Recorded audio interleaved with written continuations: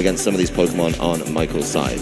We're about to get in the game here. I'm eager to see what both Pokemon or both players bring. I think on Michael's side, he may be a little more limited in what Pokemon he can select, but should be interesting to see what we get. Interesting combination of Pokemon starting this one out. Well, Michael delivers on turn 0, turn 1 with both the Farigiraf and Dragapult taking the field as his lead. It's going to be Chiempao and Amoonguss from the side of Shohei, but I guess the unique things on Michael's team are right at the fore of this final strategy. Yeah, and I think we see a situation where it could matter a lot.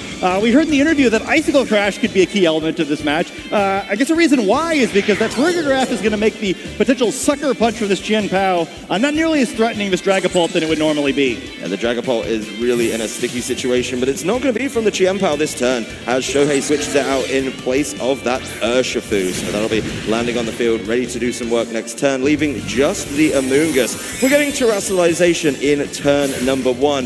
It is going to be on to the Amoonguss, so trying to keep itself safe with that very standard now defensive water Terrestrialization, making sure that it's not being caught by something like the Psychic out of the Farigiraf. Dragapult kicks us off with a Dragon Darts though, getting a good chunk of damage down onto both of them, but not really threatening anything else. As Farigiraf does follow up onto the Amoonguss, will not get the knockout thanks to that Terra typing, will of course activate the berry, so Amoonguss looking pretty healthy after it's just tanked up a couple of attacks from Michael's side, and in response it's able to Spore and put this Dragapult right to sleep. And Dragapult not getting a whole lot done there. Able to dish out some damage, but a little different approach to the Dragapult than we saw in the North American National Championships, right? Just a bunch of Phantom Force there, which in this case would have avoided the Spore for a single turn, but still a bunch of damage going down in the field. And I think it's something that Shohei's got to be careful about, right? Potentially some powerful offensive Pokemon on the backside of the field. And Michael's side, if things get weakened, maybe you can pick up a chain of knockouts, even if you fall behind in the score early in the match. Yeah, being able to keep the momentum going is going to be absolutely huge in the matchup between these teams. The Dragapult is definitely in danger. Now it's asleep, and it didn't really get much done in that first turn. That side of the field for Shohei, though, is going to keep on being a revolving door of Pokemon as Urshifu leaves just as quickly as it came in. He reveals his 4th and final Pokemon in that Fluttermane. Farigiraf will leave the field, not feeling like it needs to protect against something like the Sucker Punch. As Rillaboom comes in, that is going to be a bit of a problem for that Amoonguss down the line, potentially. Now it's a Water type. Grassy Surge will get that grassy terrain set up. Dragapult will remain asleep for this turn, and Amoonguss is going to try and Spore. So a great switch for multiple reasons there for Michael Kelsch. Yeah. A great switch on the Fluttermane as well. Sort of a strange situation here. That Dragapult, as we see with most Dragapult, is holding the Choice Band item, so not going to be able to avoid staying locked into a Dragon-type attack against the Fluttermane. But one of the fun parts of that move is it won't target a Pokemon that's immune to it. So, the Amoonguss perhaps looking a little scared facing down both Rillaboom and a Dragapult that now could potentially wake up. It's a little unfair to the Amoonguss. It's doing so much work trying to set the board up for Shohei to sweep through. But in exchange, it's going to get 2 Dragon Darts if this Dragapult wakes up.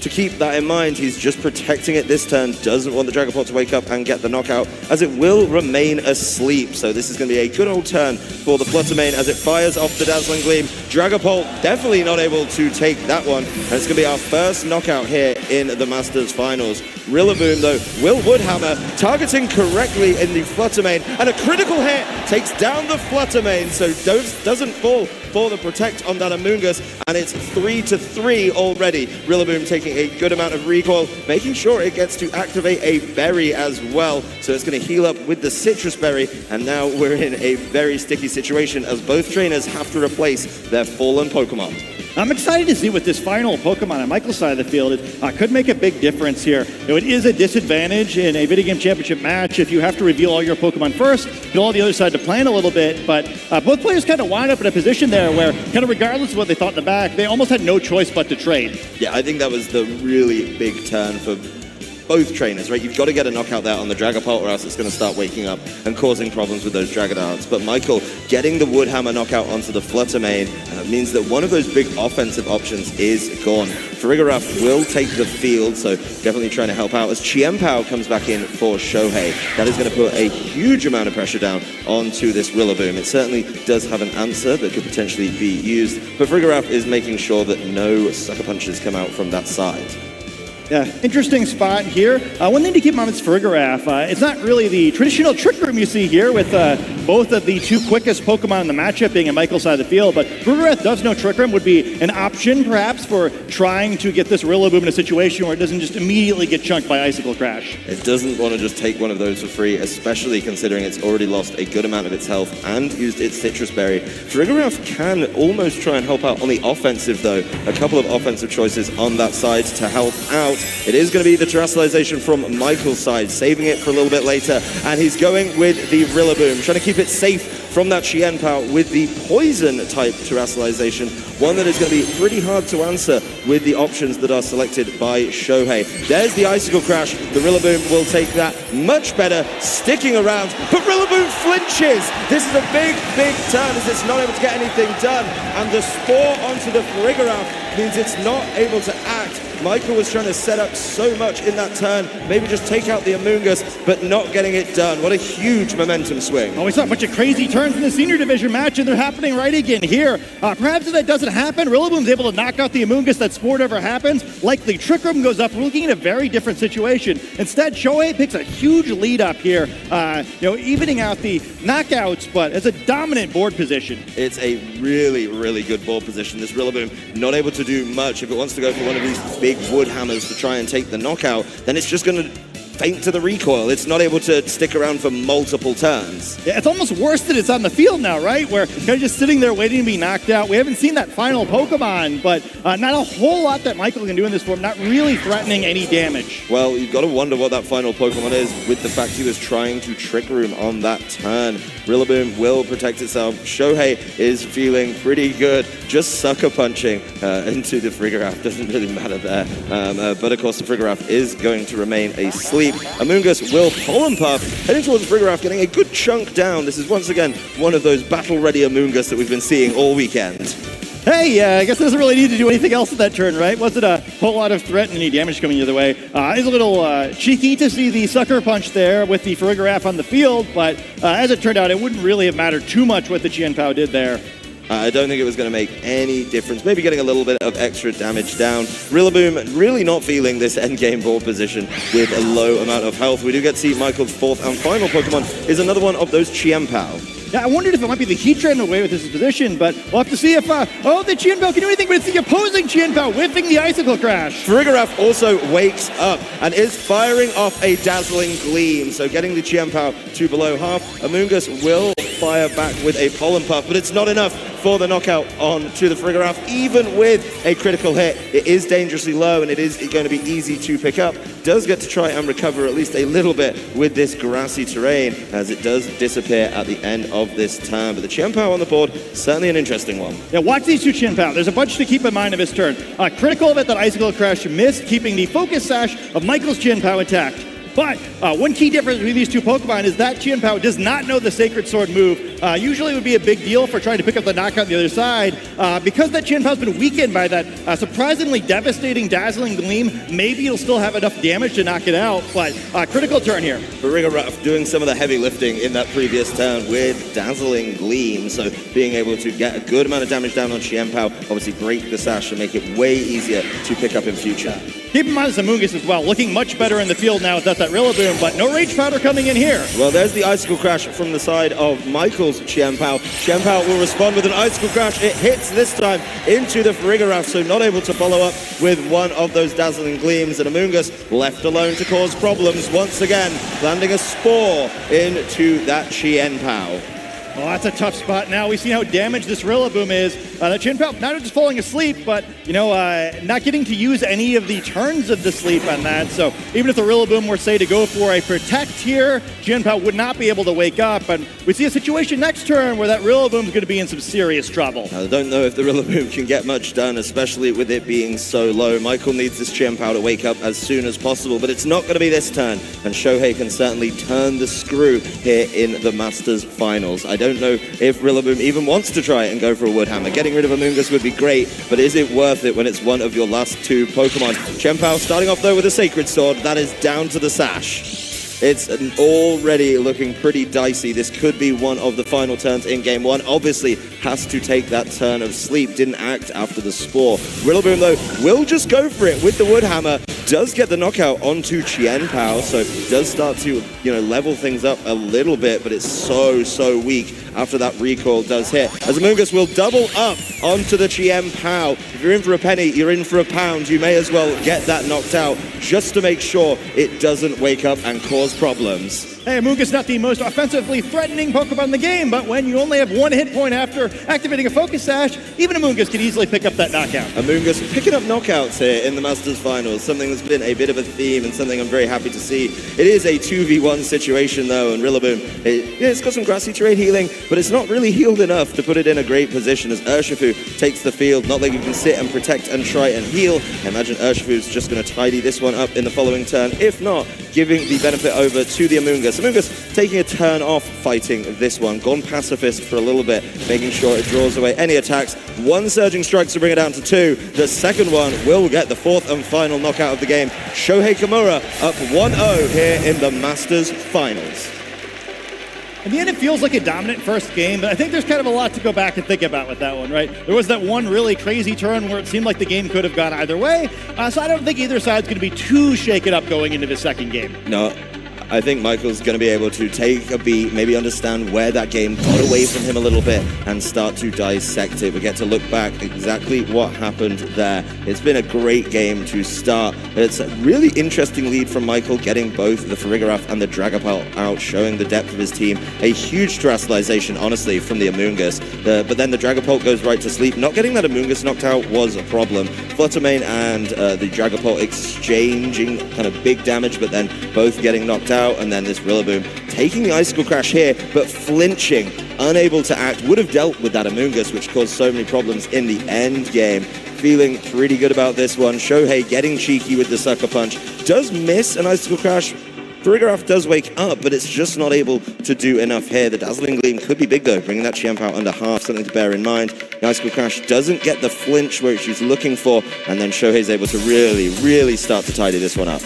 Yeah, I guess that Amoonguss is really the key thing to look at going into Game 2 here, right? Where it's just so devastating to the team if Rillaboom isn't able to take care of it. And just ironically, given that normally Amoonguss's matchup into Rillaboom is very positive as a Pokemon that normally double resists grass-type attacks. Well, I think you have to bring the Rillaboom again after that game. You've seen the defensive terrestrialization with the water typing onto the Amoonguss, and you need the Rillaboom to deal with that very early on. I'm looking at Michael to see if he's got something to maybe force that Amoonguss out way earlier. Yeah, I think that's going to be key. And I think, as you mentioned in the pregame, right, I think the way both trainers use their terrestrialization is going to be really important here. Rillaboom really didn't get to do anything after it terrestrialized. It was kind of a non-factor, and I think getting more value there is really important. I think another thing I would watch here as well is kind of just keeping in mind the very beginning of the game. Dragapult didn't do a whole lot. I think, I don't know if that was a surprise. I mean, the flinch was surprising, but I can't imagine that's what Michael had in mind. So I'm kind of curious to see what he has in his sleeve. Maybe he's got a little different plan for Game 2. The Dragapult didn't get much done. I mean, he got one Dragon Darts done and then got put to sleep and Dazzling Gleam. So definitely felt a little bit underwhelming in that regard. But the Choice Band, can put out big damage, and maybe it needs to come in at a later portion of the game, maybe paired up with that Chien Pao to start pushing it over the edge and getting those either huge amounts of damage or the knockouts that it craves so much. Yeah, I was a little curious too. I kind of thought Iron Hands was going to be a key Pokemon in this matchup, and I think that's one thing that's going to make the remaining 2 games of this set kind of tough, is that it's still pretty good against a lot of the Pokemon that could be selected here. So even though it wasn't used in Game 1, I think the team preview element of this matchup is really tricky. Even though there's some ways in which I think I would prefer to play Michael's side of this matchup, I think that Shohei's advantage is he can kind of safely bring 5 of the 6 Pokemon at least. I think Landorus's matchup's a little bit tough, but Michael's always going to be guessing, right? Having that one game advantage is big because, based on how the team preview phase goes, it can be a big advantage to start off with the advantageous position of leadoff Pokemon. It's certainly going to be a big decision to make. If you're Michael, you've got to win this game to stay in this match. You've got to go forcing it to game number 3, and maybe making an adjustment is going to be exactly what he needs to do. I think Shohei's got a little bit of wiggle room. Of course, he's got the breathing room of winning game number 1, but I don't think there's much deviation that he needs. I mean, the Landorus probably stays at home. Honestly, the Iron Hands is something that could come in to shore up a matchup if you're expecting a mix-up from Michael. Yeah, I'm going to say, too, we're a little suspicious that Farigiraf, I thought it was a key player in that matchup, right? Did a bunch of damage, survived some attacks, kind of helped force that terrestrialization for the Amoonguss. I'm curious we'll see it again in Game 2. It really could have done a whole lot more, but then getting caught with that sport was a problem. It's going to be the same lead for Shohei, and it's going to be a mix-up for Michael. We're already seeing a brand new Pokemon. He's got to do something different here in game number 2. He's bought the Dragapult once again, this time pairing it up with the Urshifu, and it's going to be the same Chien-Pao and Amoonguss for Shohei. Sort of a sneaky position on either side here, where a lot of things could happen. Like, both trainers really going to need to think hard about this one. Amoonguss's Rage Powder could be a key factor in this turn, but Chien-Pao's got to be a little bit careful. Otherwise, where the Urshifu could break through that Focus Sash, potentially the Surging Strikes. On the other side of the field, currently there's no Farigiraf, right? So the threat of a Sucker Punch is significant, but it could be in the back, so do you risk clicking it? It's certainly a dicey one, but if you can get an advantage here, you could really be accelerating yourself towards a World Championship. Chien-Pao once again leaves the field, just comes in, checks out what's going on, and bounces out once again for the Urshifu, looking pretty similar from Shohei in the beginning of this game. We're getting the turn 1 Terrestrialization, and it's going to be the Dragapult this time, so making sure it gets to boost up some of those very threatening attacks with the Ghost-type Terra. That is going to make Phantom Force or Terra Blast pretty terrifying. Urshifu starting off with the Surging Strikes into the Amoonguss, just getting down a little bit of damage. It's not going to be super effective, but I think just any damage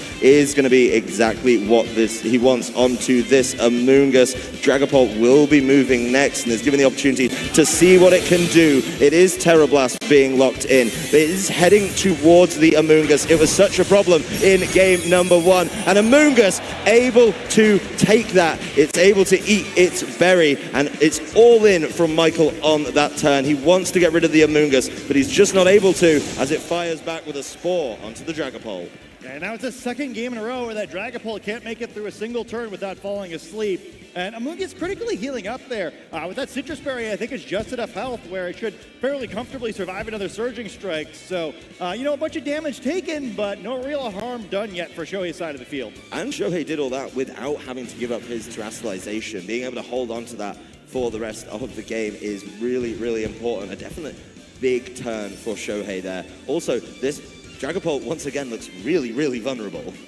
Yeah, I'm not loving the situation, and I think an important thing to keep in mind, too, is Amoonguss is the Pokemon that took damage, right? Amoonguss, if it switches out of battle using that Regenerator ability, heals HP, so that damage may not even stick. Yeah, Michael's not going to let that Dragapult go down so easily in this one. Switching it out for the Farigiraf, so it is still a key player. Urshifu will Surging Strikes the opposing Urshifu, just trying to get some damage down on that side of things and see what he's able to do. I am curious as to what the Amoonguss is targeting, but not very effective hits aren't really a big problem here. See, 3 critical hits, not enough to the threatening knockouts. As Urshifu Surging Strikes will land into Farigiraf, they're going to do a whole lot more in this one. But activate the Rocky Helmet here. That's a lot of damage going back towards that Urshifu. Yeah, it looks like the poke damage of that Surging Strikes not going to be such a big deal on the Urshifu, but hey, all of a sudden it's looking pretty worn down. And we see Farigiraf has another one in its bag of tricks. Oh, well, the Spore heading towards the Urshifu this time. Shohei is just making sure he can keep those Pokemon sleeping and keep Michael out of this game. But Farigiraf making life a little bit harder for that Urshifu. Yeah, sort of an awkward situation now where if you try to attack the Farigiraf with the Urshifu, the knockout's going to come at a cost. Yeah, it's going to be a really tough one because the Rocky Helmet is going to add up. I mean, it's 3 hits. He got way more than he bargained for in that turn, taking so much recoil damage just off that fantastic item choice. Still, it's a really tough spot on Michael's side of the field. The 2 premier physically attacking Pokemon in his team now are both taking a snooze, and neither of them have spent that turn. So they're both going to have to sit in the field for at least 1 turn before they even have the chance of waking up. Well, Amoonguss has done a lot in this game, and it's being switched out in lieu of the Fluttermane. Urshifu will just remain asleep. It's still at full health, but it is definitely threatened. Urshifu will Surging Strikes once again into the Farigiraf, so it's going to make that trade, right? It's going to make sure that he gets the Farigiraf down. There's not going to be anything like a Trick Room or a Dazzling Gleam coming back in that way. But Rocky Helmet certainly adds up onto the side of Urshifu as it's a straight trade in that one.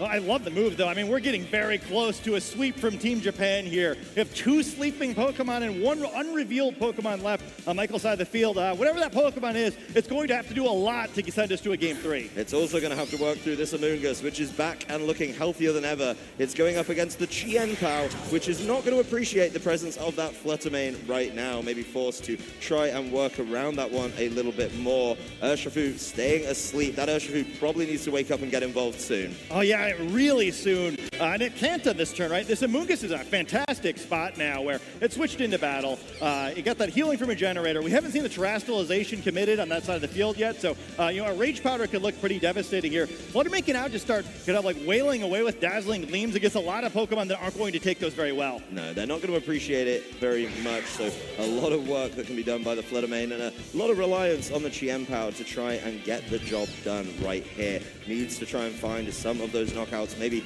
make some big calls, some big reads. We are going to get into the Terastallization from Shohei's side, though, as once again, he is going to be keeping that Amoonguss very, very safe by making it a water type. Let's see what Michael can do in this one. It does get itself nice and safe. Chien-Pao wanting to scout out what's going on, making sure that it's not able to get anything really nasty sent its way. Amoonguss will be redirecting attention with that Rage Powder. Urshifu remaining asleep, and I don't think Urshifu's going to appreciate what's coming next from the Fluttermane. It is, of course, the Dazzling Gleam into the protect of the Chien-Pao, and there the Urshifu is not loving it. An easy knockout for Shohei Kimura in this one. Let's see how much this Chien-Pao can fight back in the following turn. It just protected. I don't know if it has a good answer to the side of this Amoonguss and the Fluttermane right now. Well, things are looking dire. This Dragapult switched out before it took a turn of sleep, so it's not going to wake up this turn. Chien-Pao just committed its protect. And I guess you go for a double here, just hope something crazy happens. But Fluttermane is going to keep using that Dazzling Gleam, and I just don't see a way out. I think we're about to see Japan take all 3 of the video game championship tournaments. Chien-Pao's got to do something huge. You've got to buy a ticket to win the raffle, and it's the only thing that will be potentially moving. It is dropped down to its Focus Sash, thanks to that Dazzling Gleam from the side of the Fluttermane. It's got 1 turn to make an impact. It will crunch. It goes into the Amoonguss. It doesn't get any secondary effects. So Pollen Puff will take out the Chien-Pao, and all Michael Kelsch has remaining in this matchup is a sleeping Dragapult. That Dragapult is in a very nasty situation as Shohei still has 3 Pokemon remaining. Michael throws in the towel, and Shohei Kimura will be your 2023 Pokemon World Champion.